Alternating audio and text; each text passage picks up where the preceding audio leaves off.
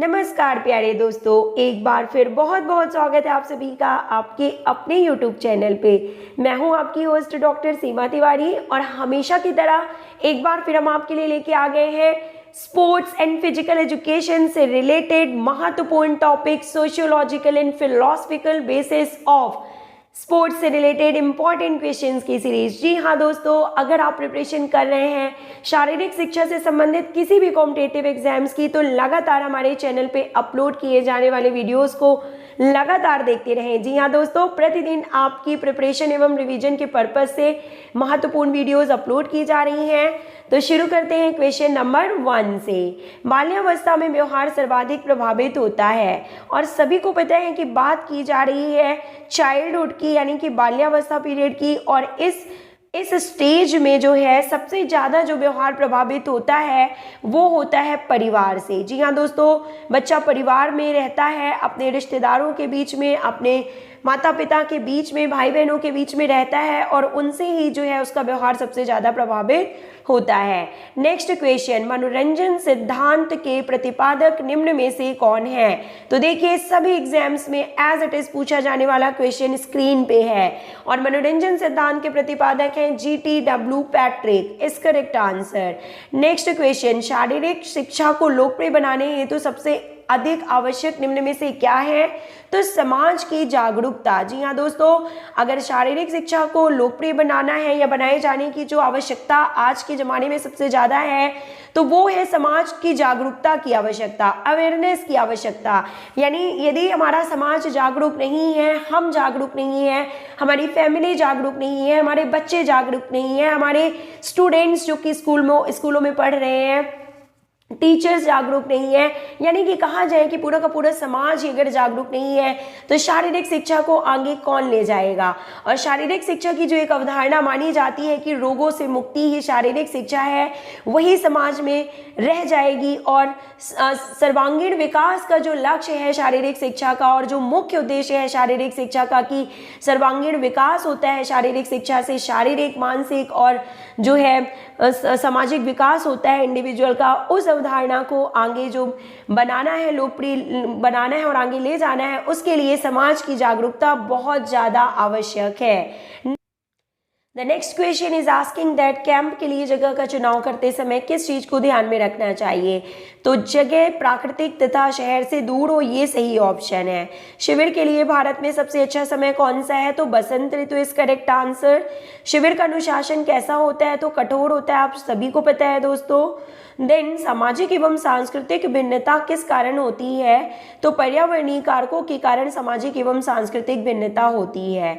घर से बाहर तंबुओं अथवा झोपड़ियों में रहने को किस नाम से जाना जाता है? तो शिविर यानी कैंप के नाम से इसे जाना जाता है। YMCA क्लब, बालक स्काउट, बालिका गाइड्स यानी स्काउट एंड गाइड्स, बॉयज़ के लिए स्काउट एंड गर्ल्स के लिए गाइड्स, ये किस अभिकरण के अंतर्गत आते हैं? तो ये स्वयंसेवी संस्थाओं के अंतर्गत आते हैं।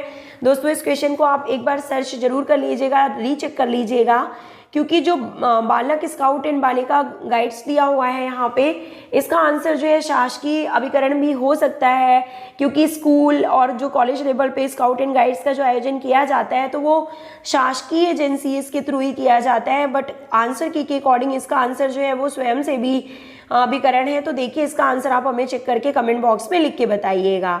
नेक्स्ट क्वेश्चन इज आस्किंग कि पारिवारिक मनोरंजन है तो क्या है? देखिए, ऐसे कार्यक्रमों का चयन जो परिवार द्वारा अपने अवकाश के क्षणों को आयोजित करने के लिए किया जाता है, उन्हें पारिवारिक मनोरंजन कहते हैं। नेक्स्ट, जो मनोरंजन गाँव अथवा कस्बों और शहरों में रहने वालों के द्वारा नियंत्रित होकर समुदाय द्वारा, क्या लिखा हुआ है यहाँ पे देखिए, कि समुदाय द्वारा वित्तीय सुविधाएं प्रदान कर आयोजित किया जाता है, तो उसे किस नाम से जाना जाता है? सामुदायिक मनोरंजन के नाम से जाना जाता है।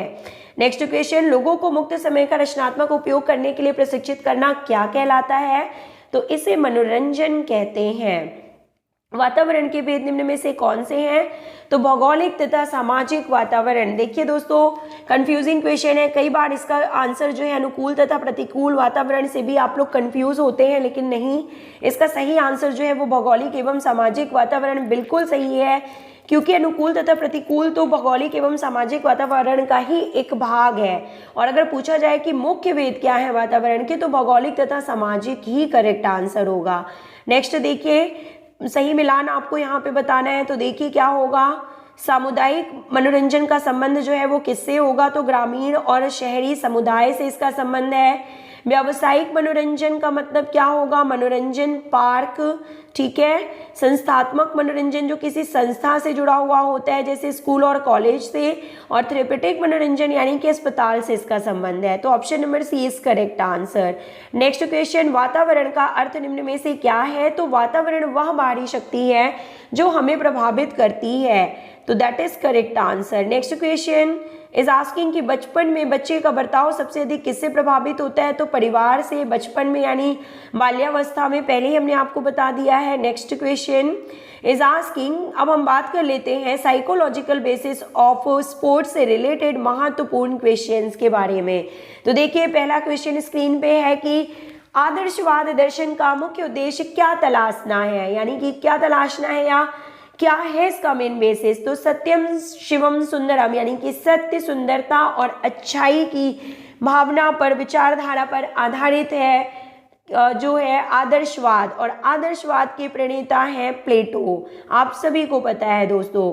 मनोविज्ञान के पिता निम्न में से कौन है, तो विलियम वुंट को मनोविज्ञान के पिता के रूप में जाना जाता है, आप सभी को पता है। और अगर बोला जाए कि खेल मनोविज्ञान के पिता के रूप में किसे जाना जाता है, तो कॉलमैन ग्रिफिथ को खेल मनोविज्ञान के पिता के रूप में जाना जाता है। एवं एजुकेशन साइकोलॉजी यानी कि शिक्षा मनोविज्ञान के पितामह के रूप में किसे जाना जाता है, तो थॉर्नडाइक को शिक्षा मनोविज्ञान के पिता के रूप में जाना जाता है। नेक्स्ट क्वेश्चन, एक शारीरिक शिक्षक आजकल किस रूप में जाना जाता है, तो एक निर्देशदाता, एक गति शिक्षक, एक अभ्यास मास्टर, इन सभी रूपों में आजकल एक शारीरिक शिक्षक को जाना जाता है।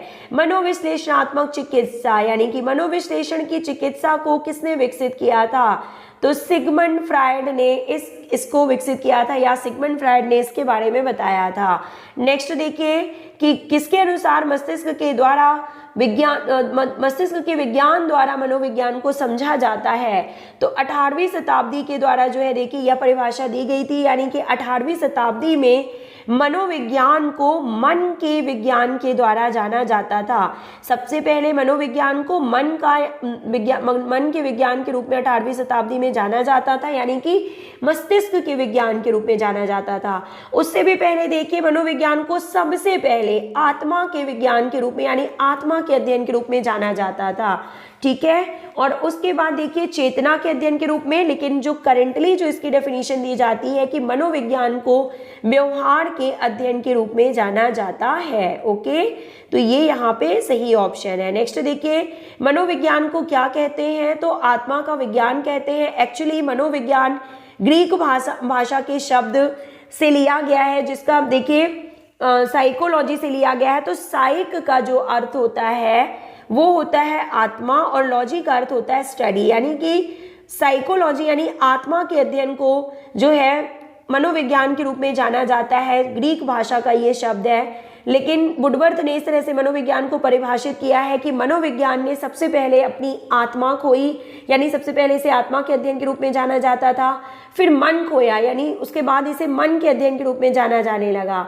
फिर चेतना खोई, यानी कि फिर चेतना के अध्ययन के रूप में जाना जाने लगा, और वो भी जो है वो अभी चेंज हो चुका है। और करेंटली यानी कि जो अभी वर्तमान में जो मनोविज्ञान है उसको व्यवहार के अध्ययन के रूप में जाना जाता है। तो वुडवर्थ ने कहा कि परंतु वह व्यवहार के साथ अब तक टिका हुआ है। मनोविज्ञान ने सबसे पहले अपनी आत्मा खोई, फिर मन खोया, फिर चेतना खोई, परंतु व्यवहार के साथ वह अब तक टिका हुआ है। तो आई होप कि आपको समझ में आ गया होगा वुडवर्थ ने इस तरह से क्यों परिभाषित किया है मनोविज्ञान को। नेक्स्ट देखिए, बहुत ही इंपॉर्टेंट क्वेश्चन है, इससे रिलेटेड एक क्वेश्चन सभी एग्जाम में पूछा जाता है। आपको जो करेक्ट नहीं है उसके बारे में बताना है दोस्तों। तो देखिए कौन सा करेक्ट नहीं है, सरप्लस एनर्जी थ्योरी जो है इसका संबंध कार्ल गूस से है, ये करेक्ट नहीं है। क्यों, देखिए क्योंकि कार्ल गूस का संबंध एंटीसिपेटरी थ्योरी से है। एंटीसिपेटरी थ्योरी के प्रतिपादक जो हैं वो कार्ल गुस जी हैं, और सरप्लस एनर्जी थ्योरी के प्रतिपादक शीलर एवं स्पेंसर, हर्बर्ट स्पेंसर एवं शीलर को सरप्लस एनर्जी थ्योरी के प्रतिपादक के रूप में जाना जाता है। इसके अलावा देखिए कैथार्टिक थ्योरी अरस्तु के द्वारा दी गई थी, सही है। रिकैपिटुलेटरी थ्योरी जी स्टैनली हॉल के द्वारा दी गई थी, ये भी सही है। और इंस्टिंक्ट प्रैक्टिस थ्योरी मैकडूगल के द्वारा दी गई थी, ये भी बिल्कुल सही है। नेक्स्ट क्वेश्चन, खेल मनोविज्ञान मनोवैज्ञानिक सिद्धांतों के कौशलों की बढ़ोतरी के सभी स्तरों पर खेलों तथा शारीरिक क्रियाओं में लागू होने का अध्ययन है। यह कथन किसका है? तो देखिए कौशलों की बढ़ोतरी के सभी स्तरों पर, यानी कि के.एम. बर्न्स का यह कथन है। This is option number C is correct here की के.एम. बर्न्स के द्वारा यह परिभाषा दी गई है। नेक्स्ट क्वेश्चन, प्रयोगवाद का शिक्षा के क्षेत्र में प्रयोग किसने किया? तो जॉन ड्यूवी, यानी कि प्रयोगवाद के प्रतिपादक कौन है? प्रयोगवाद, व्यवहारवाद या उपयोगितावाद के प्रतिपादक के रूप में जॉन ड्यूवी जी को जाना जाता है। खेल क्रीड़ा से बल, गति, संतुलन के कौशल, नैतिकता और संवेगों पर व्यक्ति नियंत्रण करता है, यह कथन किसका है? तो यह रूसो का कथन है। नेक्स्ट, निम्नलिखित में से किस प्राचीन दार्शनिक ने शारीरिक शिक्षा को युवाओं में चारित्रिक विशिष्ट गुण लाने का सबसे सशक्त माध्यम बताया? तो प्लेटो इज करेक्ट आंसर। शरीर मन का संबंध किसने पहले घोषित किया? तो again Plato is correct answer. देखिए बहुत ही इंपॉर्टेंट क्वेश्चंस की सीरीज है दोस्तों, मनोविज्ञान और साइकोलॉजिकल बेसिस से रिलेटेड जितने भी क्वेश्चन बन सकते हैं वो सभी हमने इस सीरीज में शामिल किए हैं। तो व्यवहार की वृद्धि को क्या कहा जाता है? देखिए सीखना। अब लर्निंग से रिलेटेड क्वेश्चंस की सीरीज स्टार्ट हो चुकी है, तो व्यवहार की वृद्धि को जो है वो सीखना यानी लर्निंग के रूप में जाना जाता है। आधुनिक मनोविज्ञान निम्नलिखित में से किसका अध्ययन करता है? तो पहले ही हमने बता दिया है, मानव व्यवहार के अध्ययन को आधुनिक मनोविज्ञान के रूप में जाना जाता है। नेक्स्ट, संतोष का नियम संबंधित है प्रभाव के नियम से। संतोष का नियम जो है वो प्रभाव के नियम से संबंधित है। जो E.L. थॉर्नडाइक है, इन्होंने सीखने के 3 नियम प्रतिपादित किए थे, जिनमें से पहला नियम है प्रभाव का नियम, दूसरा नियम है तत्परता का नियम और तीसरा नियम है अभ्यास का नियम। तो प्रभाव के नियम को संतोष के नियम के नाम से भी जाना जाता है। अधिगम के अंतर्दृष्टि सिद्धांत का प्रतिपादन किसने किया था? तो कोहलर ने किया था। अधिगम के अंतर्दृष्टि सिद्धांत के प्रतिपादक के रूप में कोहलर को जाना जाता है। Condition response theory, conditional theory जो है वो पावलाव के द्वारा दिया गया था। ओके, नेक्स्ट देखिए, निम्नलिखित में से कौन सा सीखने का नियम नहीं है? तो प्रतिक्रिया का नियम जो है वो सीखने का नियम नहीं है। और क्रिया एवं प्रतिक्रिया का नियम न्यूटन के सिद्धांत में शामिल किया जाता है। न्यूटन ने जो गति के 3 नियम दिए थे उनमें से तीसरा नियम जो है वो क्रिया एवं प्रतिक्रिया के नियम में शामिल किया जाता है। तो ये होगा ऑप्शन नंबर 3। और जो तैयारी का नियम यानी कि law of readiness, law of dominance and law of exercise, ये सभी सीखने के नियम में शामिल किए जाते हैं। थॉर्नडाइक ने परीक्षणों के आधार पर कितने प्रकार के सीखने के नियमों का प्रतिपादन किया था? तो 3 प्रकार के नियमों का। और मनोवैज्ञानिक जो है अध्ययन है वो किसका अध्ययन है? तो मानव व्यवहार के अध्ययन के रूप में इसे जाना जाता है दोस्तों। देखिए नेक्स्ट क्वेश्चन में पूछा जा रहा है कि टेनिस में 4 हैंड ड्राइव सीखने पर क्रिया टॉप स्पिन के प्रशिक्षण का स्थानांतरण किसका उदाहरण है? और अगर जो 4 हैंड ड्राइव सीखने पर अगर जो टॉप स्पिन ट्रेनिंग का जो यूज है वो क्या कहलाता है? इस टाइप का जो ट्रांसफर ऑफ ट्रेनिंग है वो क्या कहलाता है? तो सकारात्मक ट्रेनिंग कहलाता है, क्योंकि इसमें सीखने वाले को फायदा मिल रहा है और उसका पॉजिटिव इफेक्ट हो रहा है। एक स्किल में सीखा गया जो लर्निंग है वो दूसरे स्किल को सीखने में हेल्पफुल है, इससे इसे सकारात्मक स्थानांतरण या पॉजिटिव ट्रांसफर लर्निंग के रूप में जाना जाता है दोस्तों। और जब एक स्किल को सीखने के लिए किए गए प्रयास एक स्किल को सीखने वाले जो स्किल हैं वो दूसरे स्किल को सीखने में नकारात्मक प्रभाव डालते हैं, तो उन्हें नकारात्मक स्थानांतरण या निगेटिव ट्रांसफर ऑफ ट्रेनिंग या लर्निंग के रूप में जाना जाता है।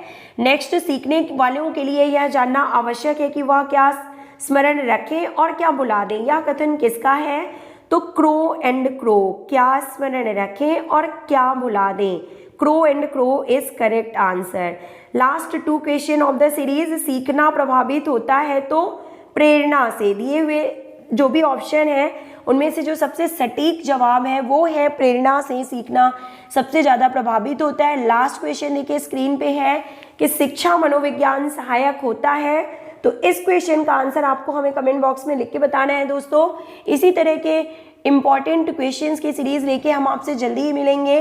Till then take care, good bye.